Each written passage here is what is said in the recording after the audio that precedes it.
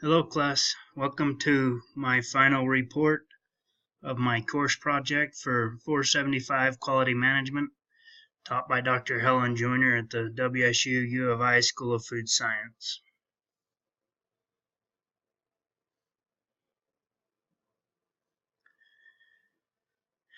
Just a little background before I get started. I've found that college can be quite stressful and hard. I know that academics right now, they strongly encourage students to get involved and to do a lot of extracurricular activities besides their schoolwork. Scholarships, potential employers, they all look at your extracurricular activities almost as much as they look at your actual grades and your schooling to determine what type of an employee you'll be.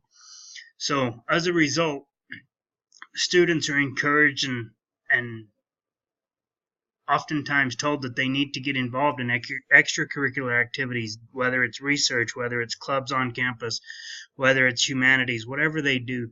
Students are often encouraged to get involved in things outside of the classroom.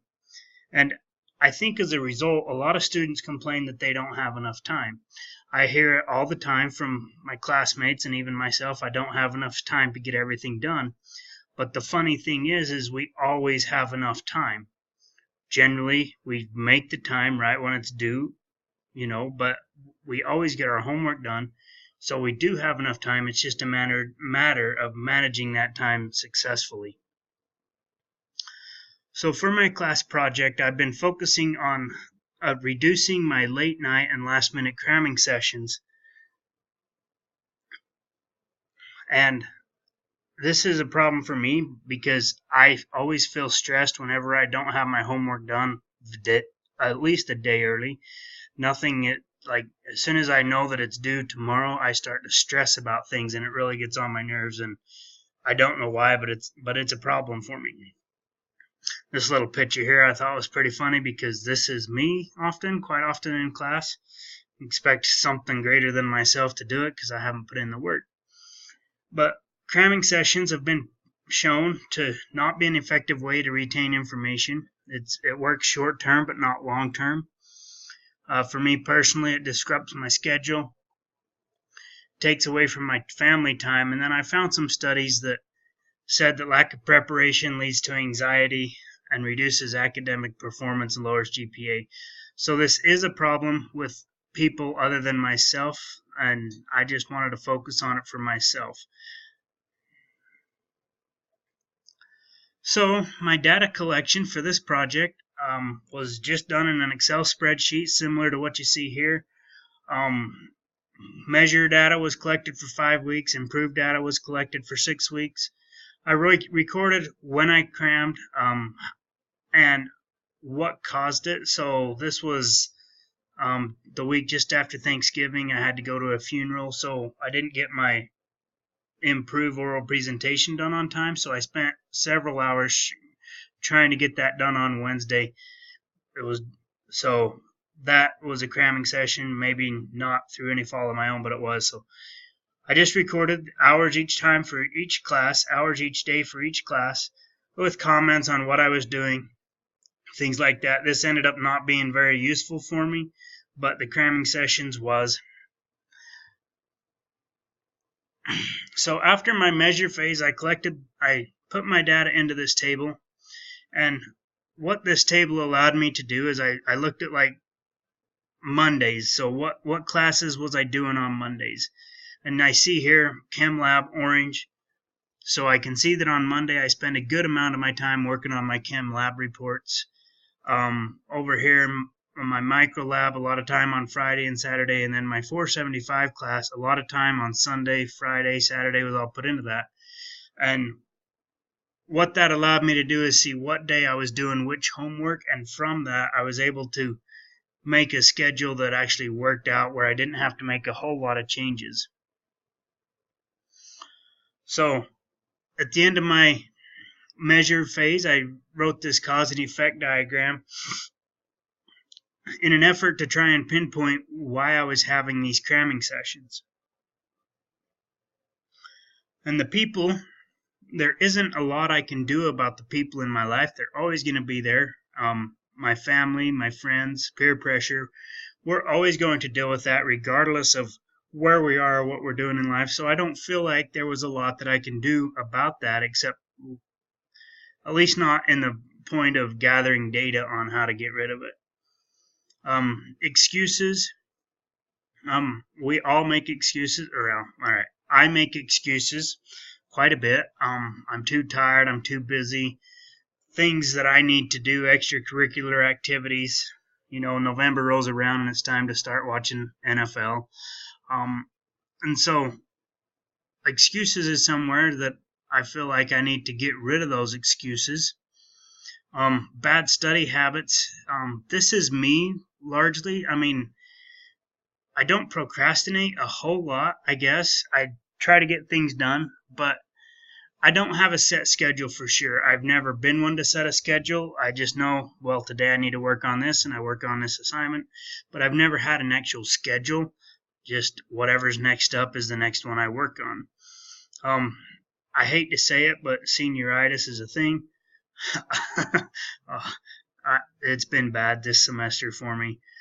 I find that I waste a lot of my study time, whether it's because I'm with people and so I'm not studying effectively, whatever that is.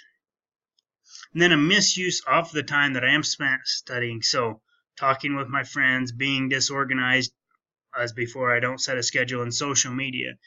And I don't know how other people fare, but I found that I was spending way too much time on Facebook, Snapchat, Instagram, things like that.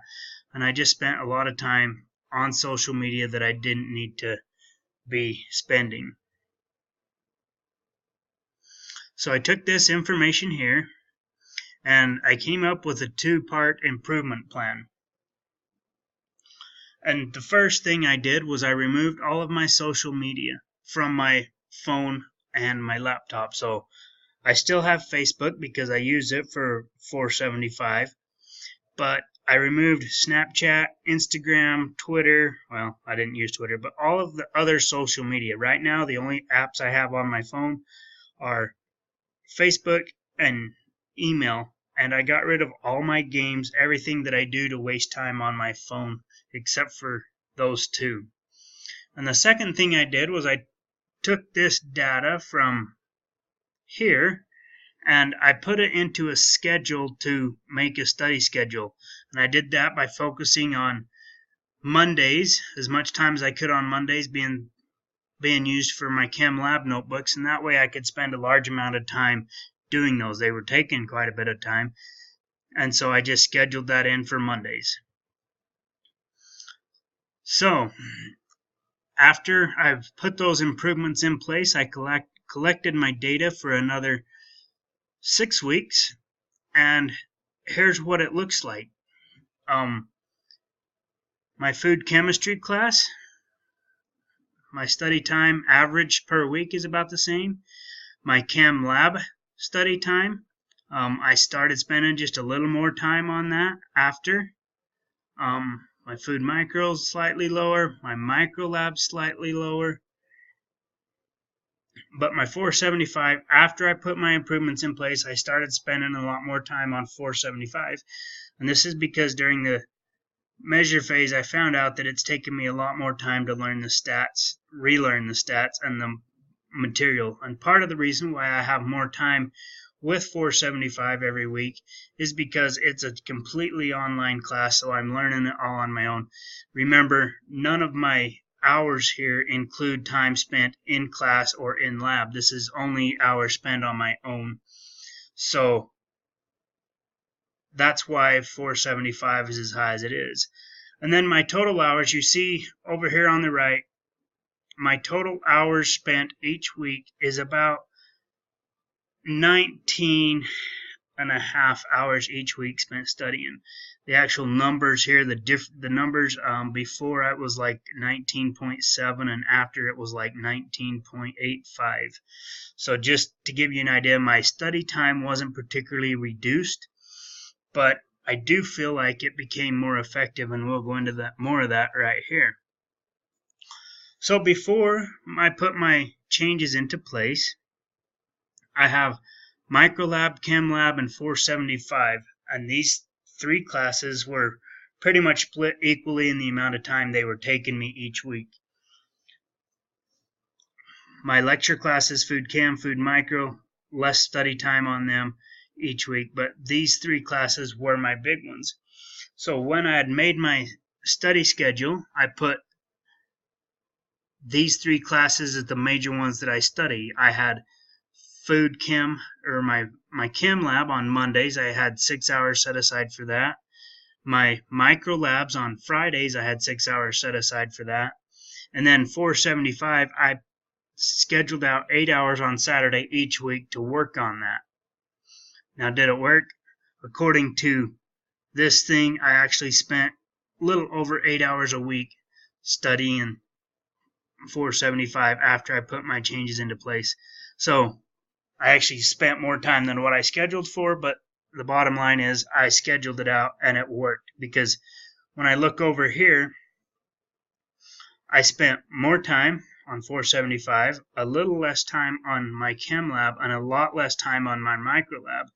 And what I found was happening was I had long times set aside to study. So I could sit down. I had 6 hours scheduled to sit down and write my lab reports. And I found that without my distraction and by focusing on just a single subject or a single class, I was able to get those time spent doing those reports down by quite a bit. The actual amount of time I spent writing those reports really dropped. There wasn't a big drop in my Chem Lab reports, but my Micro Lab reports, they dropped drastically. So that was fun to see. Now, was there actually a difference? I ran a t-test on my hours spent studying. Hypothesized mean difference was 0. So I assumed that there was no difference. And with the t-test, I found that I cannot reject the idea that there was no difference. So there was no significant difference found in the amount of hours I spent studying. So by this definition, my project did not improve anything, and the study time does not show that it improved anything. So we'll look at my cramming sessions. Again, we cannot reject the null hypothesis. I used the t-test again because of the unequal sample sizes. But, before my improvements was 5 weeks, and after my improvements was 6 weeks. But this was kind of surprising to me that I didn't see a difference in my number of cramming sessions.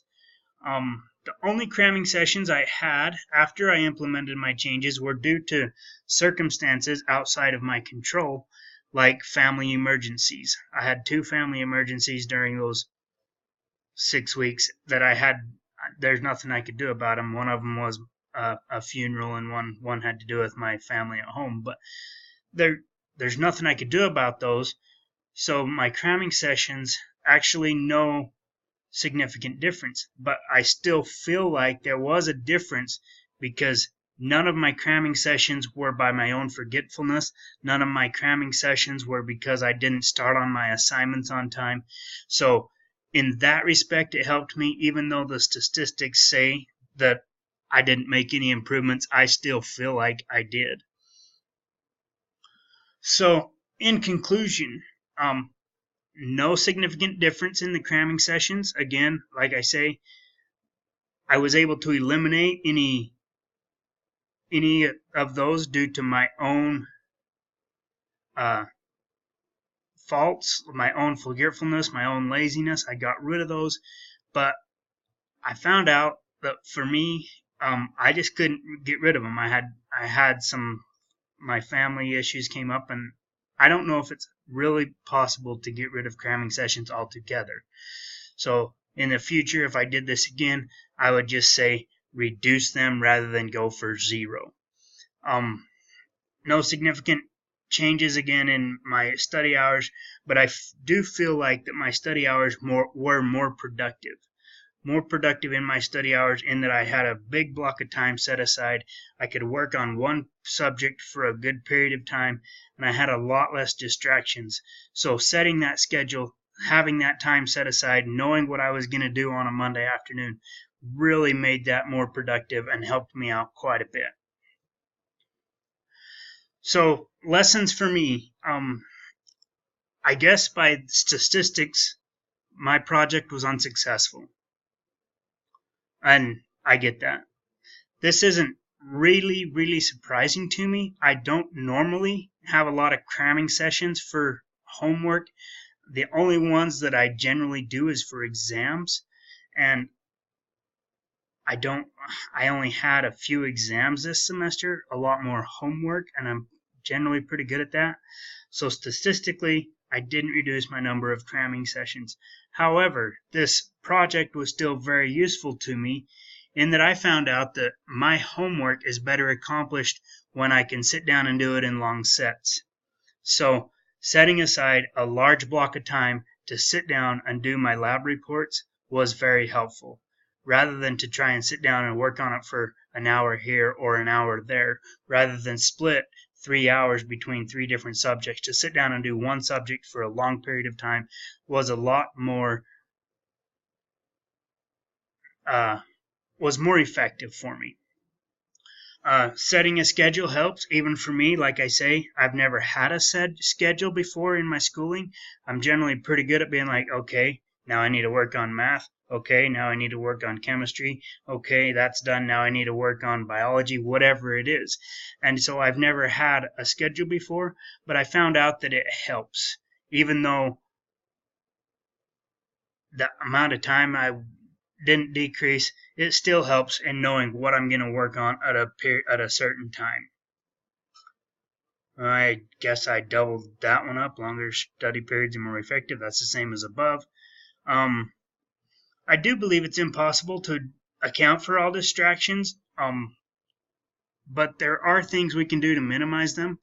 I've also found out that if I will silence my cell phone, I get a lot more done. I don't hear my text messages and things like that. So silencing my cell phone, setting it aside, actually where it's away from the desk. So if I'm sitting at a desk doing homework, if I will have the cell phone on the other side of the room, then it doesn't distract me. It's not sitting there next to me where I can pick it up and look at it. And that was very useful. Tracking my time is a great way to account for it. Like I say, this project, once I sat down and started collecting the data on how much time I'm doing my homework, I couldn't believe how much time I was wasting to realize that it's taken me. I mean, look at my micro labs reports. I went from about 8 hours a week to those down to about 3. So that's just how much time was being wasted doing those. And by tracking that time, it became important to me to preserve it. All right, everyone. Thank you for listening. It's been a great semester. Hope you have a great Christmas break.